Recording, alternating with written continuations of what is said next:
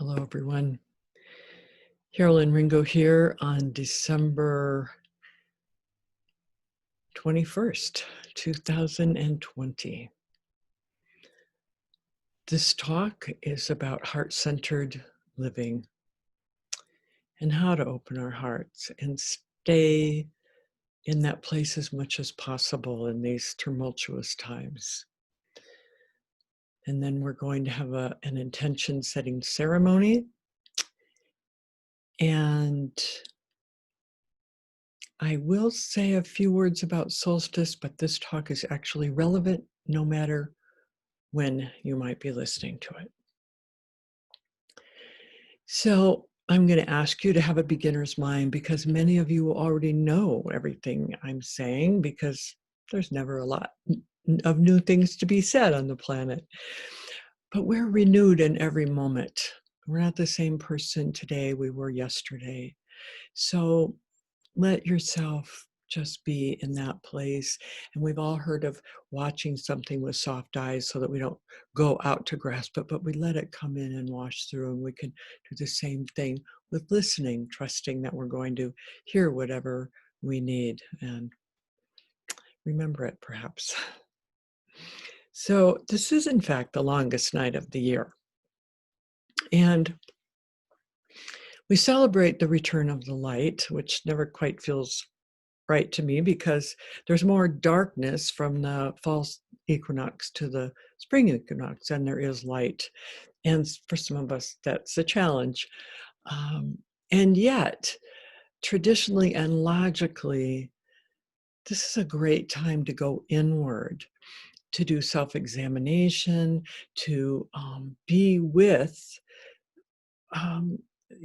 or in that deep, dark, fertile place, just as the trees, the roots of living things are putting their energy into the ground, and many animals are hibernating or resting more, so too is it true with us if we're following the rhythms of nature. And even if you're in a busy life, I urge you to find some time to go into that deep, dark, fertile place where the seeds within can begin to germinate. And the world needs our light right now. So how do we do both? How do we be in that dark place, resting and having our light shine? Well, how do we feel joy and sorrow side by side in our hearts? The medicine wheel takes a lifetime to go around, and yet we go around it in a month, or sometimes it feels like several times in a day. So we can do that. It's about fluidity, allowing ourselves to be in the flow. We can go with the flow of life. We don't have to go against it. So life is about expansion and contraction, light and dark, order and chaos. Accepting what is what will help us to be in the fluid place and understand that it's not always one way or the other. So no matter what your purpose in life, being able to live in the light, in the love, in the beauty, with our hearts open, gives us a ground on which to stand. It can be our come from place. So what does it mean to live with your heart open? And how do we do that?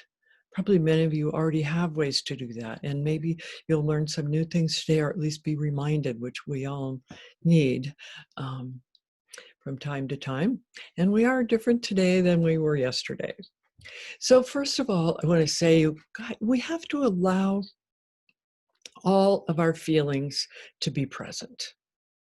Allow all of our feelings to be present, because that's whatever we feel in our bodies, that's our aliveness. And why would you want to deny that or resist that? You know, it's being in the flow, you know, when we don't allow the anger to move through, it can become rage. The sadness can become depression, the fear, anxiety. Everything is temporary. This too shall pass. We don't want anything to get stuck in our bodies to cause dis-ease. So, um, a lot of people have said, but if I'm angry, I'm afraid it's going to add something really negative to the mass consciousness. Well, fleeting things that are fluid and moving aren't so much going to affect it as those stuck things. And we'll talk more about that. But um, we, right now, I want to say that we are affected by the mass consciousness as much as we have the power to affect that. So sometimes when we're feeling fear or anxiety, which there's a lot of right now out there, it's not even our own. So it's important to um, clear sometimes. And I teach all kinds of ways to do that, but get creative. You can figure out ways to let that stuff go, which is not yours, or maybe even it's self-generated, but it's no longer serving you. Just say no to what no longer serves you on any level in any arena.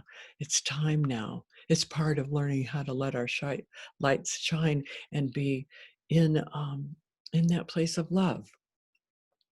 And it makes us responsible for our impact. Like I say, we put into the mass consciousness and we take out. Whether we want to or not, it's all happening. So being responsible for our impact is so essential. And I guess that's all I want to say about that.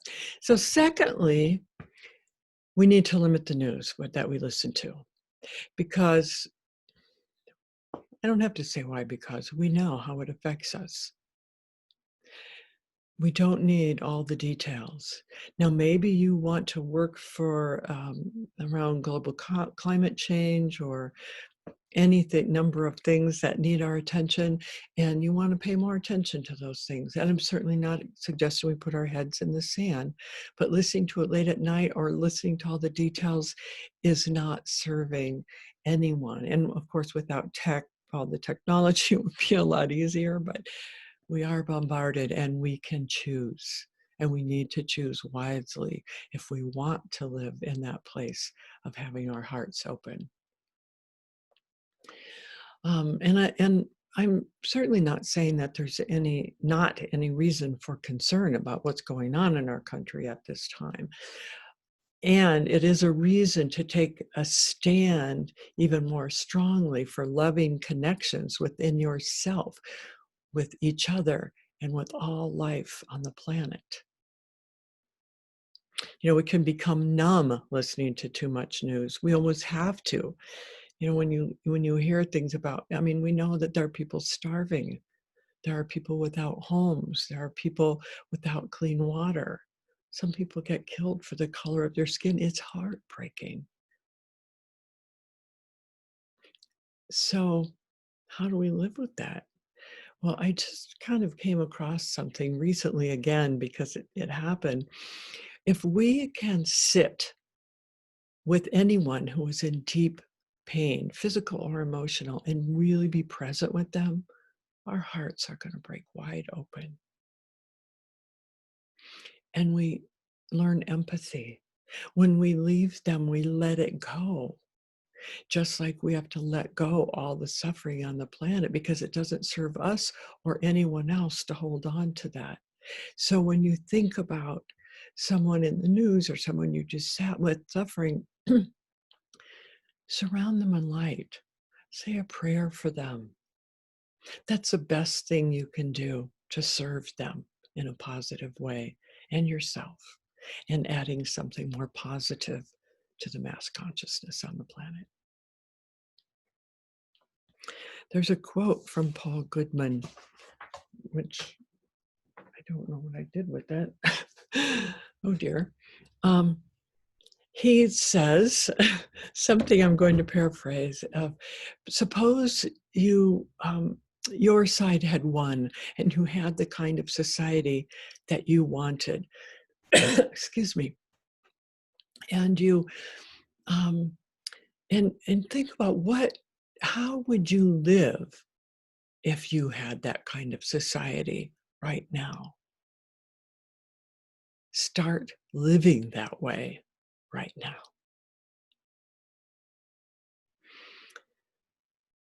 It is essential that we each follow our own hearts and our own intuition. And so it takes a calming within to listen to that intuition. And we absolutely must let go of the illusion of control, because it is, in fact, an illusion. We control nothing.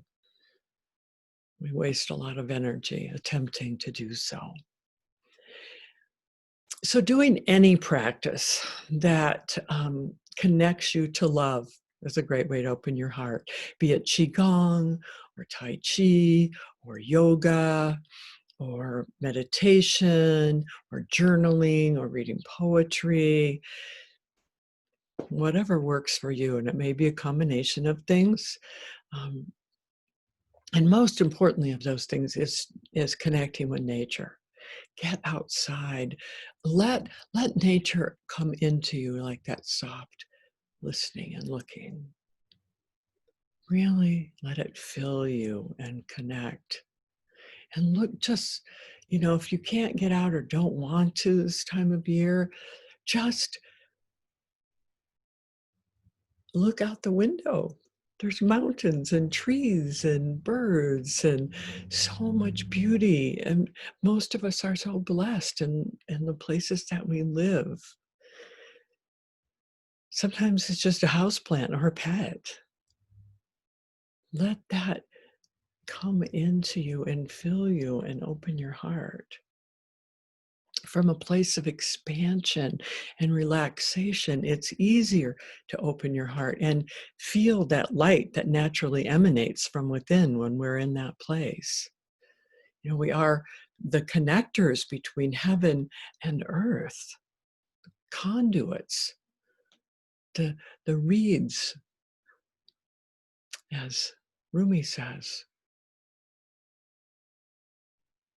I had a teacher that said that meditation was emptying and remembering who we are, calling out our words for God or the universe or spirit or sweet essence, whatever it is for you, and allowing that to just fill you, opens your heart and gives you a great place from which to ask for guidance or help of any kind. You can call in your allies always. We're going to do that in our ceremony, and know that you are not alone. And I just want to say in all of this also, it's good. Self-care is so important. It's always important, but especially at this time with everything going on. And you know what good self-care is. There'll be other talks about that to remind us, but I don't want to go down that path at the moment. As we begin to experience oneness on the spirit level, our souls relax and we know that we are safe. We're not always safe. Everyone isn't always in a place where you're physically safe, but when you tap into that place that can't be changed, that deep connection, from that place, we're safe. And all of this starts with ourselves, has to start inside. We've all heard you can't love anybody else more than you love yourself. Well, you can't be any more kind to anyone else. Not really more than just nice, to be really kind to anyone else, we need to learn how to be kind to ourselves. And that's part of self-care.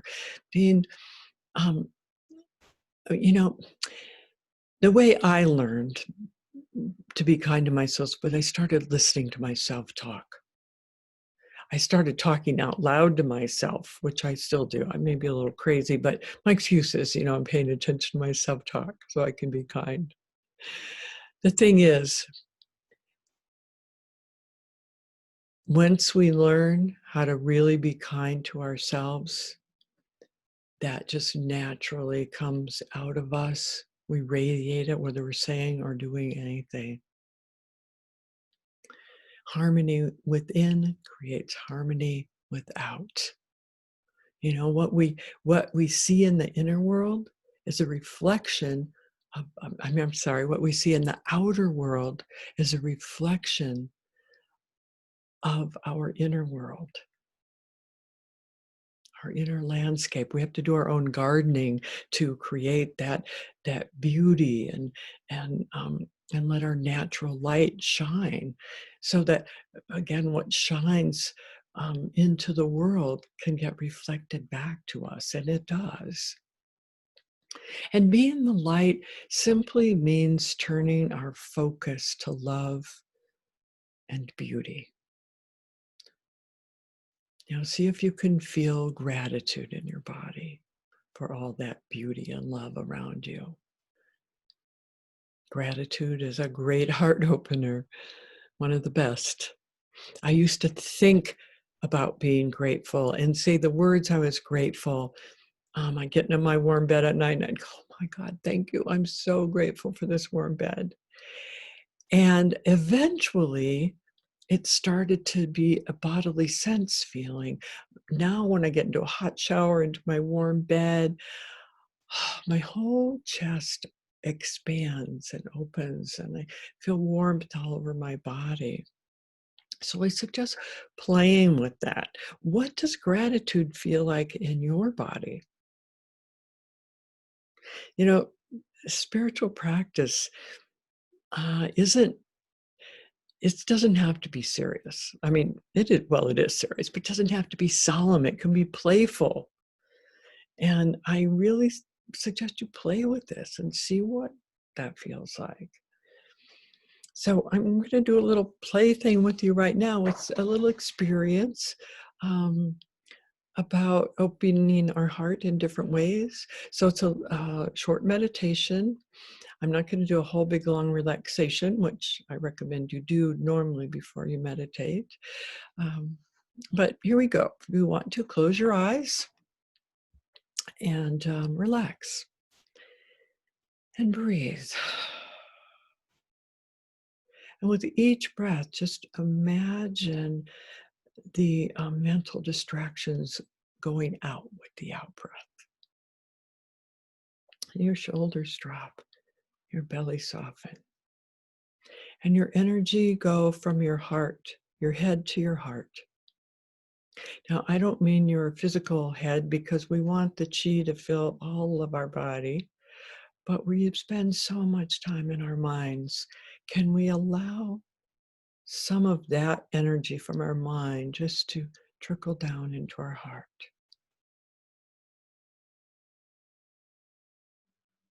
And connect with your heartbeat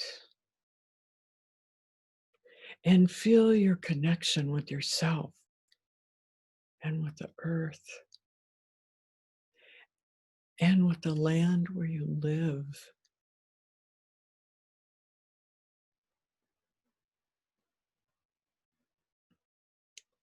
Relax and reflect on something precious to you. Reflect with Reflect on the preciousness of life, the preciousness of life. And then something precious to you, perhaps a child you love, or something in nature, or a favorite animal or flower.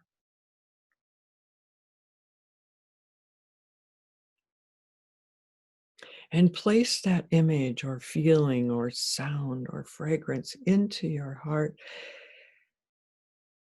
and breathe deeply, connecting with the spirit that lives in all things.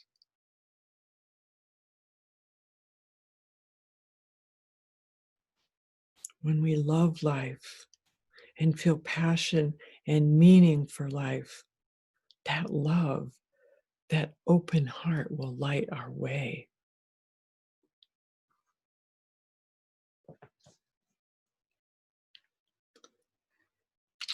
So opening your eyes, that was several ways right there to open your heart. It's a practice. We don't suddenly just become, full of love with an open heart and light shining because we said so. It's a practice. It's a process. It's a desire, really, a, a deep longing. What does longing feel like?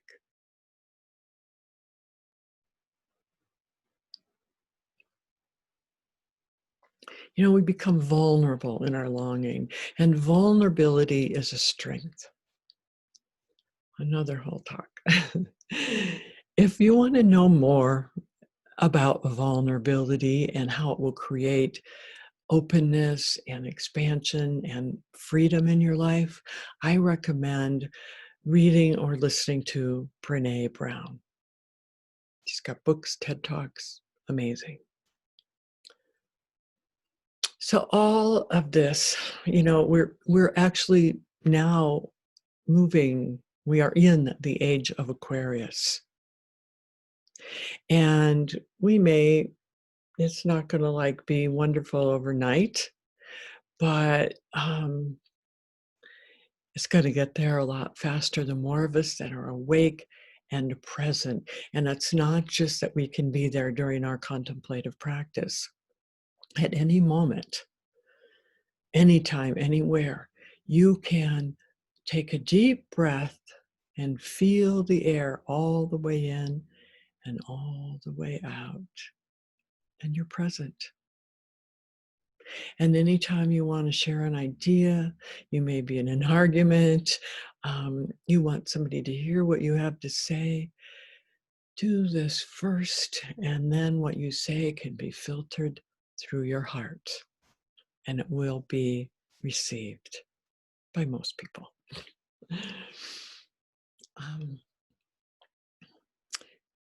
David White said, "It is the deep state of attention that shows we understand and are equal to the gifted nature of life." So all of this is simple. The ego wants to maintain the status quo by making it seem complex.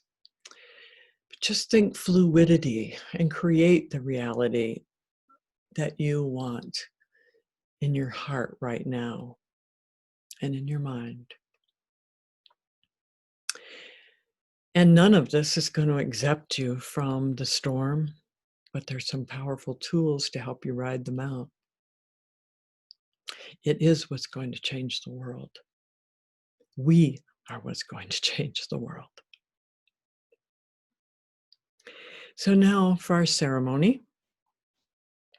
Anytime that we light a candle or rattle or sit and look at a beautiful painting or whatever it is that to delineate sacred time and space is a powerful place to have your intentions be heard by the universe.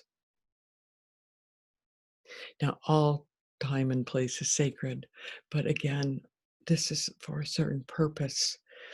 So I'm going to light a candle right now.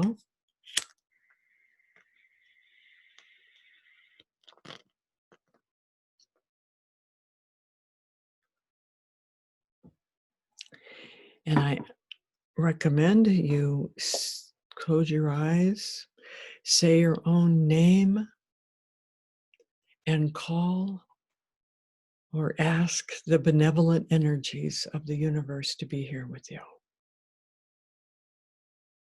And I'm going to call in our allies.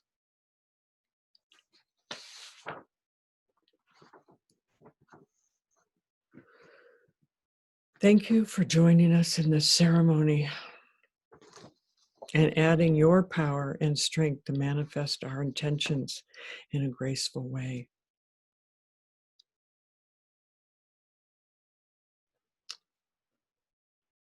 I call on earth, water, air, and fire, all of the elements that give rise to life, to be here. All of that life is our allies, from the single cells to the fungi, to the mineral kingdom, the plant kingdom. My gosh, the trees, our sisters and brothers, grasses and the herbs and the vegetables and the flowers. And the animal kingdom, the crawlies and the swimmers and the winged ones and the four-leggeds and the two-leggeds. And yes, all of the two-leggeds are our allies as well on some level. And we also call on the angelic realm to be here with us. And thank you again for adding your power. There's no separation on the spirit level. On the soul level, we're longing for love, and that means longing for ourselves, for connection. So today I ask that each of us feel love, to know we are light no matter how we feel at any given time. So my prayer for each of us right now is that we experience ease, abundance, health, that our needs are met, that we are filled with gratitude and kindness and generosity and love.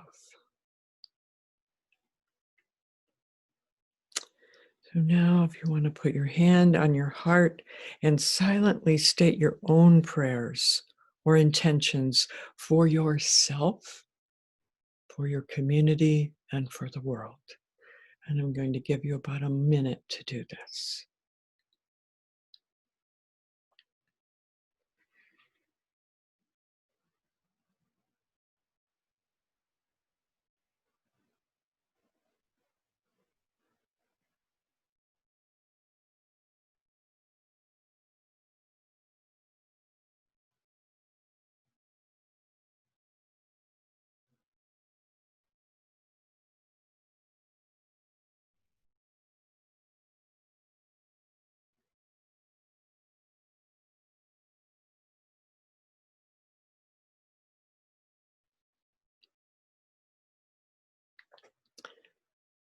May your intentions be your prayers, and your prayers be your intentions. So be it. And now we'll blow out the candle and give thanks